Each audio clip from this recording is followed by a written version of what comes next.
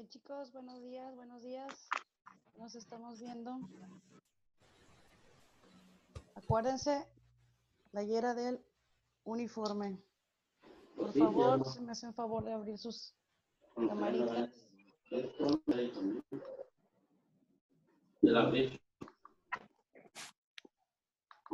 A ver, chicos, vamos a abrir cámaras, por favor. Gutiérrez. Ah, Gutiérrez, ya te conozco. ¿Eres de Altamira, verdad, Gutiérrez?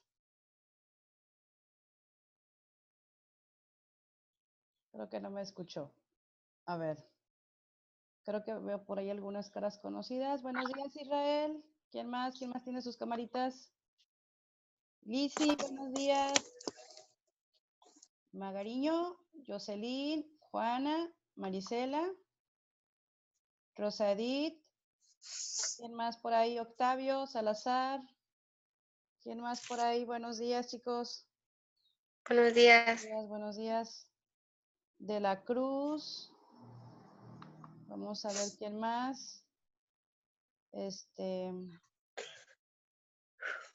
Bueno.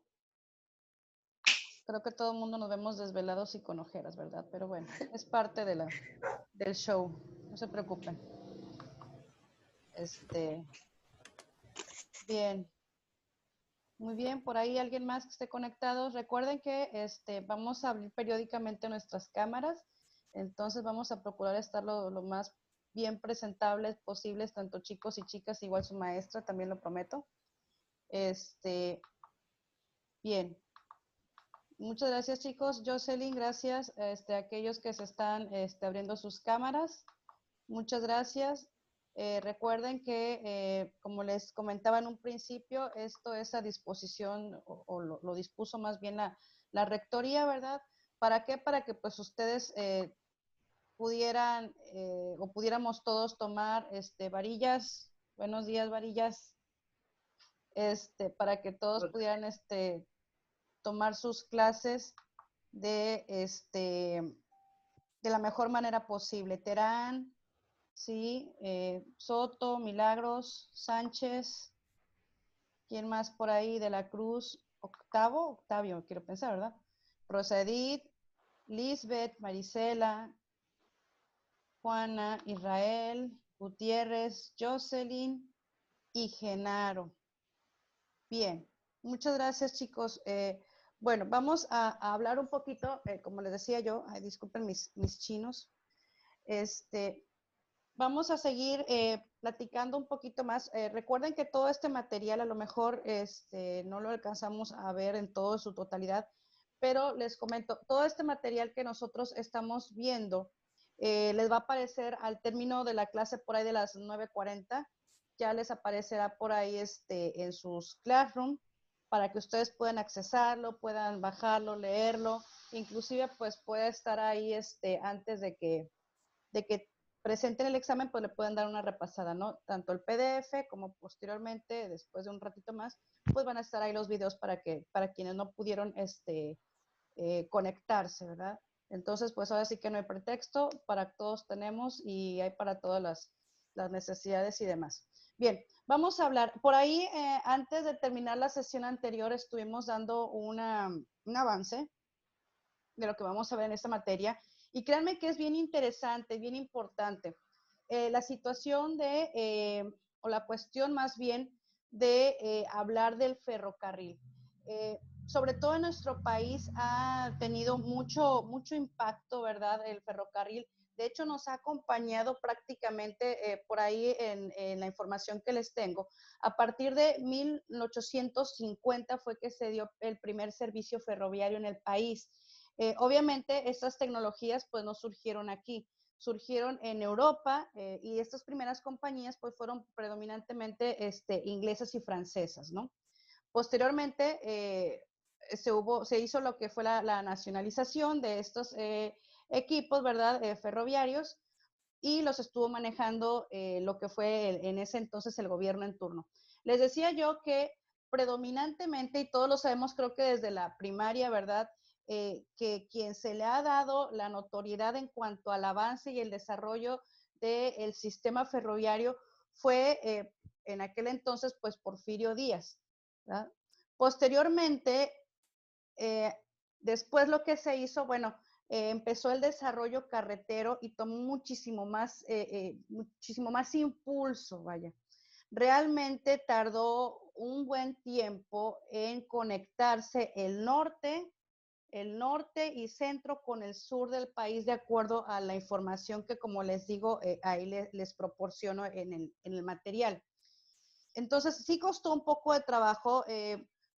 De hecho, ustedes lo están viendo ahorita, compañeros. Ahorita, por ejemplo, tenemos una, una obra actual, precisamente lo que es el Tren Maya, ¿verdad? Que por lo que comenta nuestro presidente, pues no es básicamente un tren de carga, ¿no? Sino que más que nada es un tren de pasajeros. Y de hecho, ahorita vamos a ver los diferentes tipos de usos o de transporte para lo cual ocupamos este servicio ferroviario, ¿verdad? Pero si se dan cuenta, antes de su autorización o en el tiempo de la licitación, mucho se habló de las dificultades logísticas para poder llevar a cabo la realización de este tren, sobre todo por la cuestión del tipo de tierra, ¿no? Del tipo de lugar que había, donde hay quienes hayan ido al sur del país, pues en algunas partes son lugares que son más bien terrenos como pantanosos, y ustedes saben que toda aquella infraestructura que necesita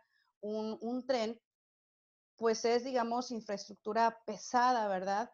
Estamos hablando de rieles, durmientes y demás, que pues bueno, necesitan estar sobre tierra firme para que estos pues no terminen hundiéndose o dañándose. Bien, independientemente de eso, como les decía, el desarrollo del tren o del sistema ferroviario en el país ha venido mucho marcando las diferentes etapas, ¿no? Por ejemplo, también dentro de la información que les proporciono, así como un dato histórico, tenemos que a partir, fíjense bien, en el periodo de en este caso, de la Profe, revolución, mande, sí, ¿quién habla? no puedo escucharla, se escucha muy bajito. ¿Todos los demás me escuchan igual? ¿Muy bajito? Escucho muy bien. No, Sí. yo también. Yo lo escucho muy Yo bien. la A ver, escucho bien.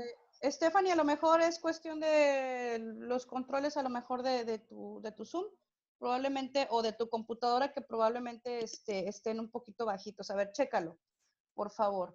No le entiendo bien lo que me está diciendo, lo escucho bien a lo lejitos.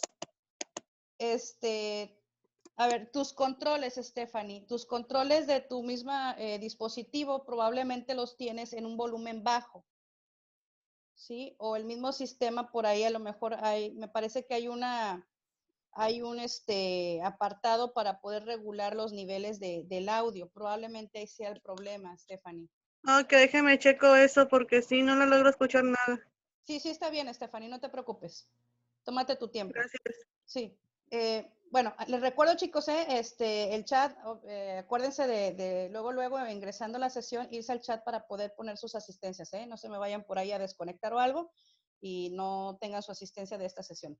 Bien, les comentaba, entonces, a partir inclusive dentro de esta información histórica, vemos que durante el periodo, de la revolución, hubo el sistema ferroviario, jugó un papel bastante interesante en cuestión de la transportación, pues, de las diferentes tropas y demás, pero también significó que el hecho de estar inmerso en este movimiento bélico significó también inclusive la destrucción de algunos tramos y de equipo, ¿verdad? Entonces sí se vio un poco de retroceso, y posteriormente, ya una vez superado la época de la revolución, pues entonces el gobierno federal decidió de alguna manera invertir más en la cuestión carretera que en la cuestión ferroviaria. Inclusive hay un dato en donde dice que en el periodo donde se cumplen los 100 años a partir del inicio de la revolución, el gobierno contabiliza que solamente se hizo una diferencia mínima, ¿verdad?, en cuanto al avance ferroviario en comparación, en este caso, con el avance. Nos dice aquí que la red de vías del país solo creció poco más de 7,000 kilómetros, 7,700 kilómetros en el periodo, mientras que la red federal de carreteras alcanzó los 50,000 kilómetros, que sumados a las redes estatales y caminos alimentadores y demás, pues totalizan hoy un de 390,000 kilómetros de vialidades interurbanas. Entonces, ese es en la cuestión de carreteras. En el caso, fíjense bien, en el caso de este transporte ferroviario, se está hablando que toda su estructura y demás alcanza en total 26,000 kilómetros y cachito. Ahorita vamos a ver el dato exacto. Voy a compartirles un poco de la diapositiva de la información y posteriormente nos volvemos a enlazar o dejamos las camaritas abiertas. Bien. Entonces, les decía yo, bueno, como primer dato, pues les comentaba que el primer servicio ferroviario en México se realizó en 1850, ¿no? Cubriendo el tramo de 13.6 kilómetros. Realmente, como lo hemos visto, inclusive muchas imágenes ya para estas épocas, pues ya existían, o ya se había traído obviamente la tecnología en cuanto a las cámaras y demás, y tenemos mucha evidencia, ¿verdad?, de todo este proceso, ¿verdad?, de la introducción y del crecimiento de este sistema ferroviario, lo podemos ver en imágenes, y como les digo, jugó un papel muy importante en el periodo de la Revolución, en donde muchas de estas tropas por lo regular se transportaban, y otras más precisamente para evitar el desplazamiento de tropas, pues optaron por destruir, como lo dice aquí en esta última viñeta, optaron por destruir precisamente para evitar todo ese transporte de tropas y que hicieran pues obviamente su cometido, ¿verdad?, en otras poblaciones. Bien, ahora, como les decía yo también, les digo, es importante tomar en cuenta que, les digo yo, en 1937 se nacionalizan los ferrocarriles mexicanos operados hasta entonces por compañías norteamericanas y británicas. Fíjense lo que es son las cosas, ¿no? Nos dice aquí que en 1937 se nacionalizan para posteriormente, en 1995, otra vez, poder liberar estos ferrocarriles a particulares, ¿verdad? Sabemos que actualmente todas aquellas vías ferroviarias son, digamos, de pertenencia federal. Sin embargo, los carros, y ya lo veremos ahorita en un momento más, ¿verdad? Todos los tipos de carros que se utilizan en México, que los utilizan por medio de ferrocarriles o de vías ferroviarias, estos pues quedan operados a través de particulares. ¿Sí me explico? O sea, las vías son de injerencia federal, sin embargo, todo lo que pasa arriba de esas vías, todos aquellos carros y locomotoras ya son de propiedad de particulares, ¿sí? Entonces, por eso muchas veces, y fíjense un dato bien interesante, las vías son propiedad federal, por eso cualquier situación de destrozo de vías o de bloqueo de vías se considera de ámbito federal. En el caso del bloqueo o destrucción, son considerados delitos federales. Entonces, mucho cuidado con esas situaciones en cuanto al uso o más bien al mal uso de estas vías ferroviarias, porque obviamente aparte de causar accidentes, ustedes saben que no es tan fácil detener una locomotora y mucho más cuando por fuerza de la inercia traer un montón de vagones atrás, ¿verdad? Y descubrir más kilómetros adelante algún tipo de obstáculo, ¿verdad? Puede causar algún accidente. Entonces hay que tener mucho cuidado en eso por si en algún momento dado ustedes se llegaran a trabajar con este tipo de transporte.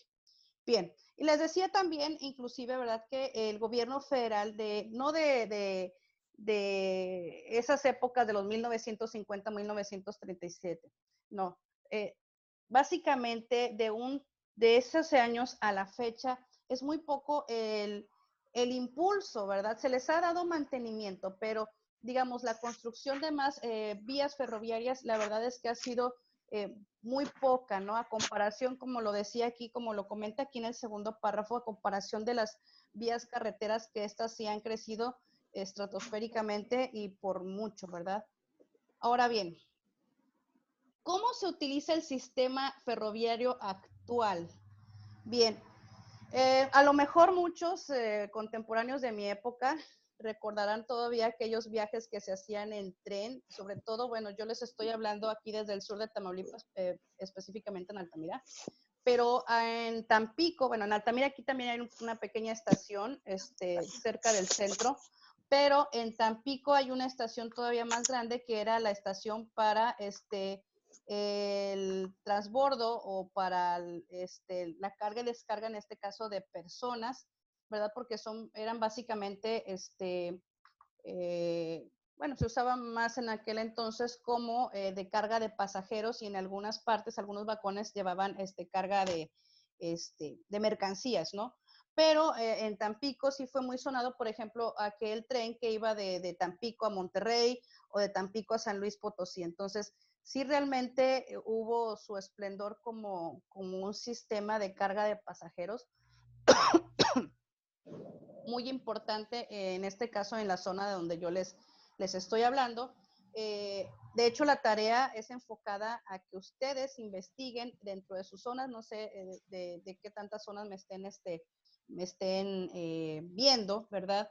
Pero dentro de sus zonas, quiero que me hablen acerca de ese sistema ferroviario, para qué lo ocupaban y actualmente para qué se utiliza, si es que está en uso, ¿no? En algunos lugares inclusive pues ya quedó en desuso y estas vías ferroviarias, ¿verdad?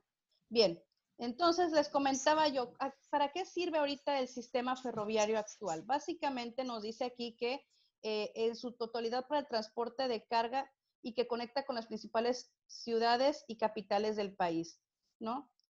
Cuenta con 7 puentes principales en la frontera norte para el intercambio de equipos de arrastre con los Estados Unidos, entonces sí aplica este tipo de transporte para el comercio exterior, y un puente al sur que conecta con un patio en Guatemala, imagínense. También proporciona servicio a 12 puertos marítimos del país para carga de importación y exportación. Aquí inclusive les puse un cuadro bien interesante, cómo fue que se empezó a dar el crecimiento de la red ferroviaria en México. Y si ustedes son observadores, podrán ver que a partir de 1995 prácticamente el crecimiento de la red ferroviaria, se ha mantenido estático. O sea, realmente mayor crecimiento, si lo vemos de esta manera, fue a partir de... yo creo que fue en el brinco que dio de 1887 a 1893 más o menos, y por aquí de 1898 a 1903. Entonces, imagínense, fue digamos, el mayor brinco, digamos, en cuanto al crecimiento de la red ferroviaria en México. Sí, adelante. Maestra. Sí, Yukaira, adelante. Yo aquí donde vivo estaba hace años una estación del tren. De hecho, ese se usaba para que las personas viajaran, como dice usted, a Monterrey o González, todo eso. Entonces, esa estación está abandonada, ya no la reactivaron. Hace años, como unos 5 años atrás, la iban a reanudar, pero ya no se pudo. Entonces, esa estación está abandonada. Y hay fotos de aquí de Villa Cuauhtémoc, tenemos fotos de hace años que aquí en el pueblo pasaba la gente. De hecho, personas que vendían, se subían a vender pescado y todo eso. Entonces, sí hacía falta, sí nos hace falta esa vía de transporte porque era mucho más fácil y más económico para viajar. Ah, no, sí, ya era que padrísimo. viajaba a otros estados. De hecho, cuando yo era niña, yo alcancé a viajar en ferrocarril. Ah, no, la verdad es que mis generaciones, yo amo mis generaciones, tengo mi hija que es generación millennial, pero definitivamente nuestras generaciones no saben lo que es viajar en tren. Y es otra onda, la No, verdad. era muy bonito. Yo era una niña como de 6, 7 años cuando mi mamá me llevaba a ver a su familia. Íbamos cerquitas aquí a González, pero haz de cuenta que de aquí de Cuauhtémoc nos íbamos a González y de González ya agarrábamos un autobús y era mucho más rápido. Ah, bueno, pues entonces estás muy, muy cerquita de donde estoy yo aquí, que yo estoy aquí en Altamira, entonces estamos prácticamente ahí a unos cuantos minutos. Voy a hacer una investigación de esa estación, maestra, y le voy a subir fotos reales de aquí de mi pueblo que hace años llevaban, pues sí, viajaban muchas personas. Sí, no, definitivamente el hecho de viajar en tren, bueno, como hablándolo en el caso de pasajeros, era una experiencia brutal. O sea, sí, te llevabas a lo mejor un día, medio día, ¿verdad? Por ejemplo, me tocó viajar de Tampico a San Luis y eran prácticamente pues 12 horas, ¿no? Pero como dice la compañera, había muchas estaciones entre destino y destino, entre el destino de origen y el destino ya final. Y no, era una cuestión de que se subían las personas a vender, o sea, uno por hambre y por comida no sufrías, o sea, realmente era algo No, padrísimo. Lo que sí, pues no sí, porque obviamente. Sí, sí, me adelante. acuerdo en ese entonces que vendían hasta pescado frito. Ah, no, una cosa, no, Ahí yo en iba Reforma. contentísima, no, yo no me aburría. Y sobre todo, que no te aburrías porque realmente había momentos en que todo se veía medio monótono, o sea, así como que, pues para San Luis hay mucho lugar donde pues, son nopaleras y más nopaleras y más nopaleras, pero por ejemplo, entrabas a un túnel y era una cosa esplendorosa. Les digo, los de mi época sabrán más o menos y que tuvieron la fortuna de viajar en tren, tuvieron la experiencia, ¿no? Esperemos que esas La dicha. experiencias, bueno, sí. Supuestamente, maestra, se va a reanudar otra vez eso, ¿no? Lo del tren pasajero.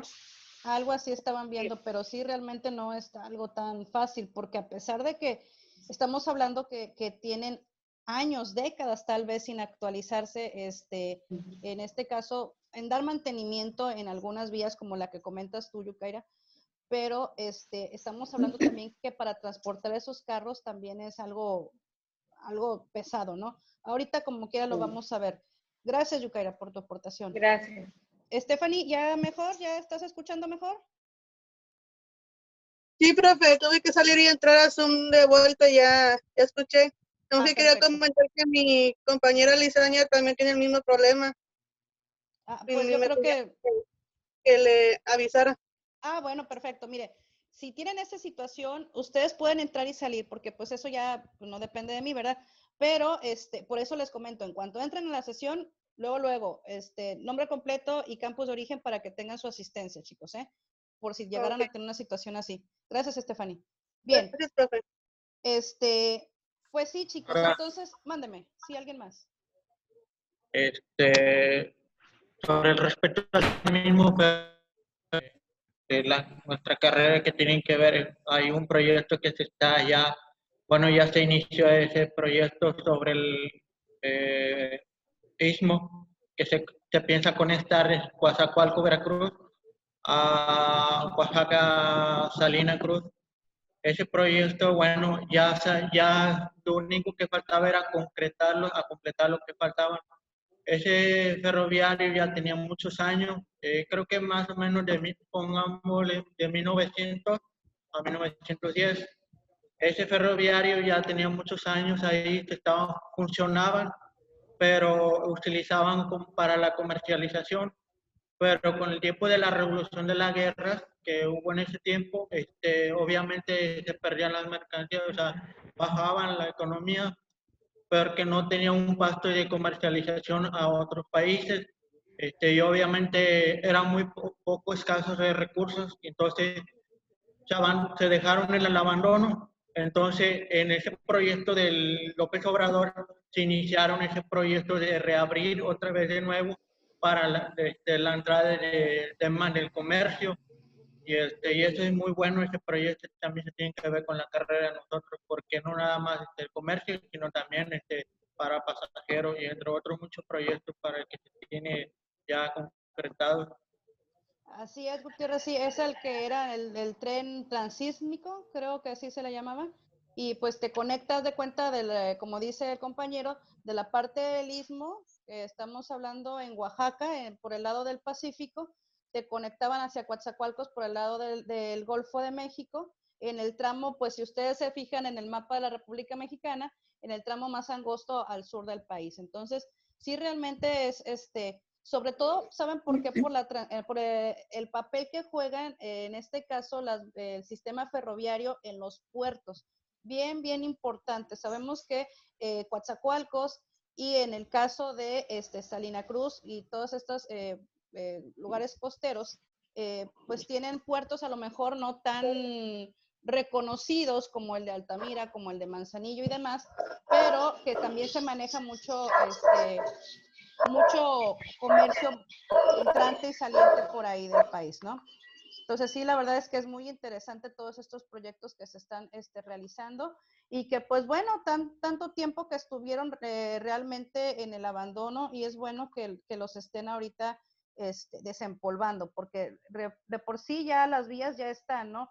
Muchas de estas ya se encuentran ahí, solamente necesitan mantenimiento y necesitan, pues, de nuevos equipos, chicos. Y ahorita lo vamos a ver más adelante.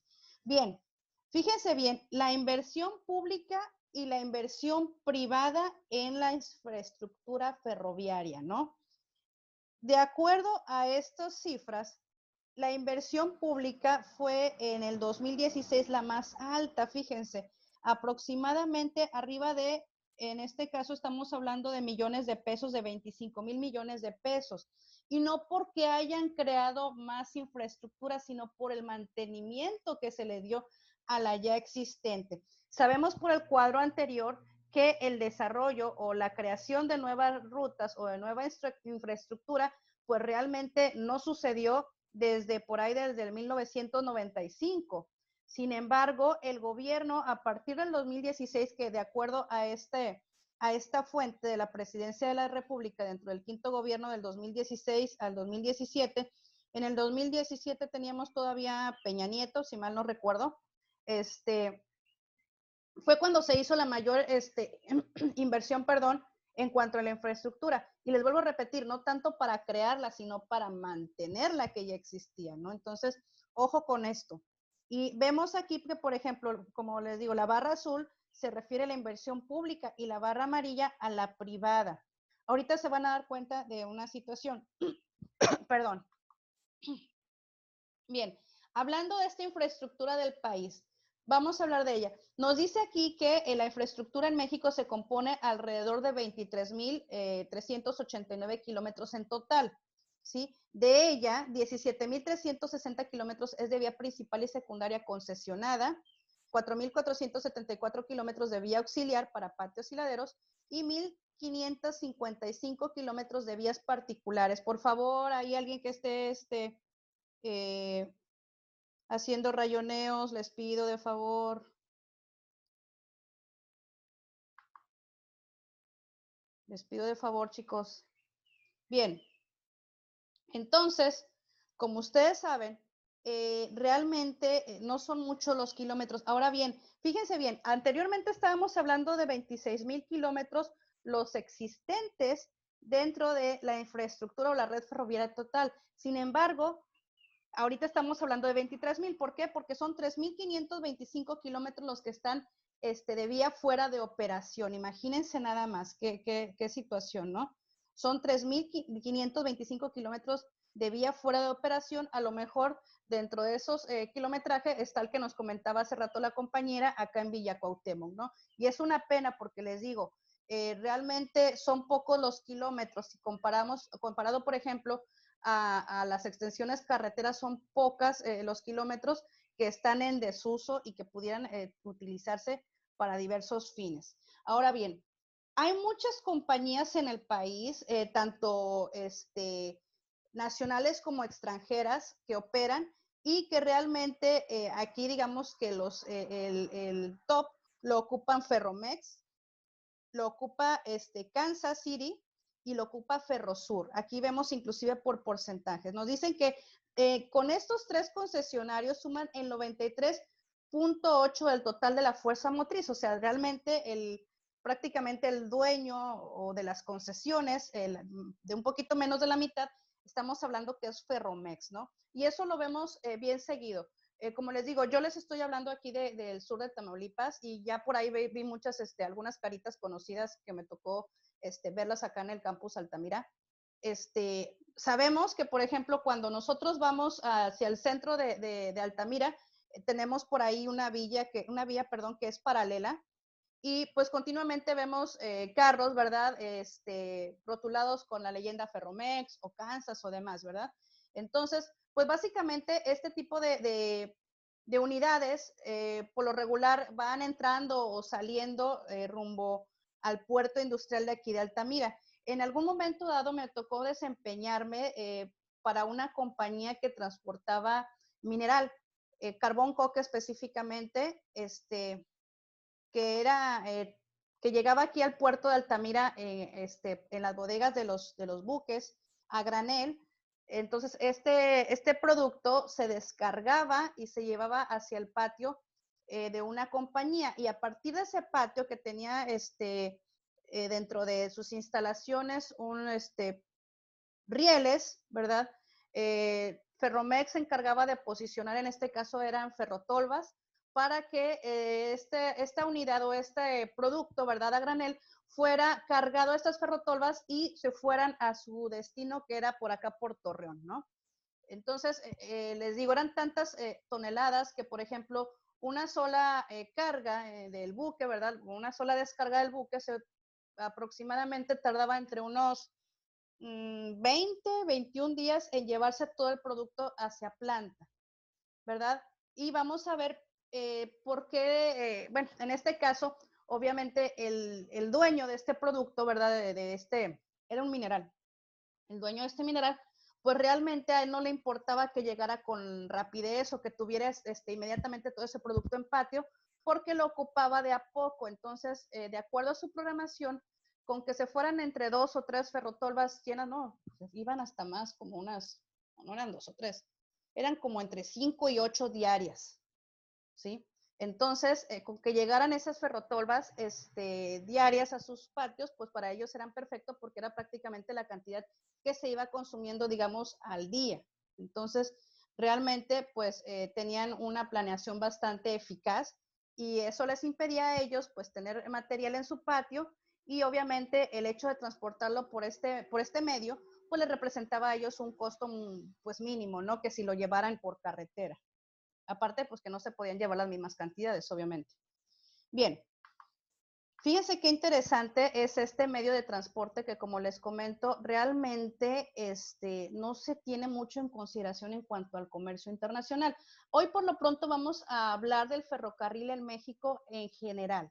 Vamos a conocer un poquito de su historia, vamos a conocer un poquito de su infraestructura, de los carros que se utilizan, y más o menos nos vamos a dar una idea de qué productos son los que dentro del país se acostumbra transportar en este tipo de carros. Y como les digo, para muchos de nosotros no es nada raro ver este tipo de carros de ferrocarril transitar por la ciudad, y obviamente pues en algunos casos podemos inclusive ver a simple vista pues el producto que traen.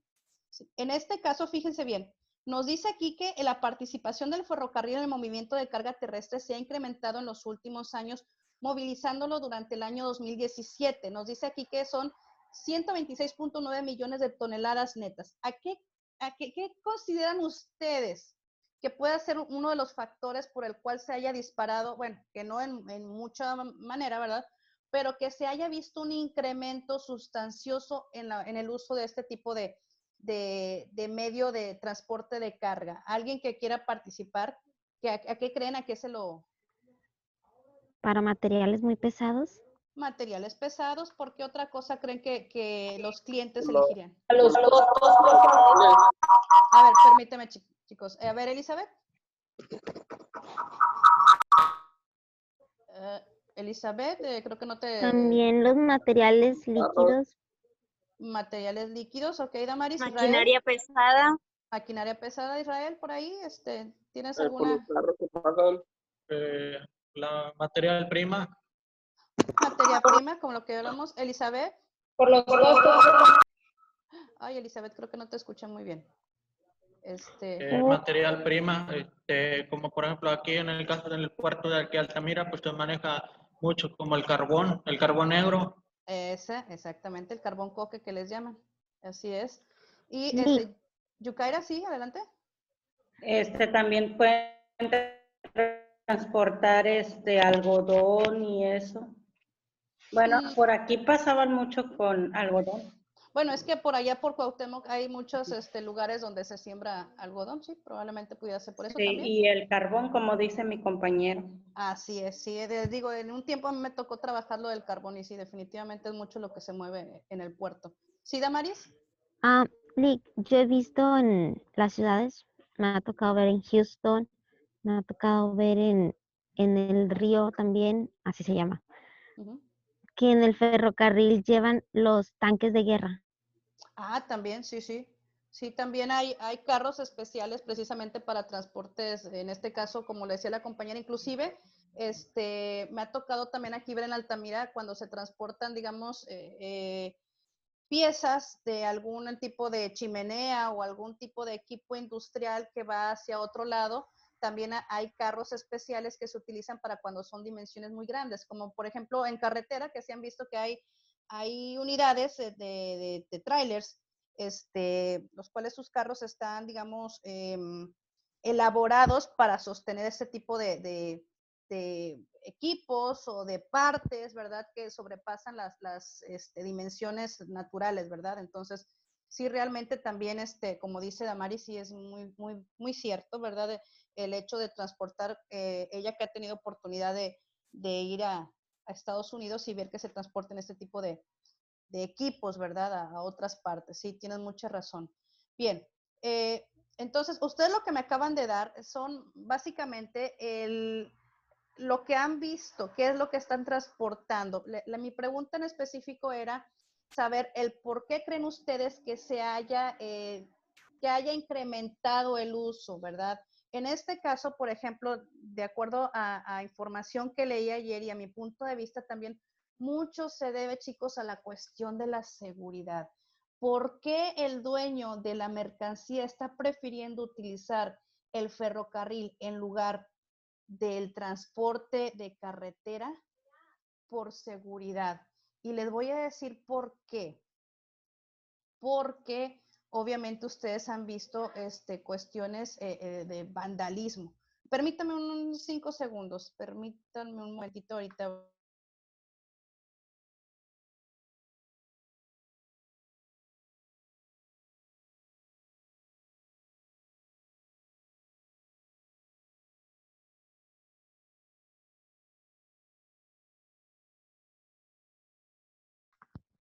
Ustedes disculpen. Bien, entonces, sí les digo, fíjense que esa ha sido una razón por la cual se ha incrementado el uso les comentaba, del ferrocarril por cuestiones de seguridad en carreteras, ¿verdad? Ustedes saben que, pues, desgraciadamente hay situaciones en las que,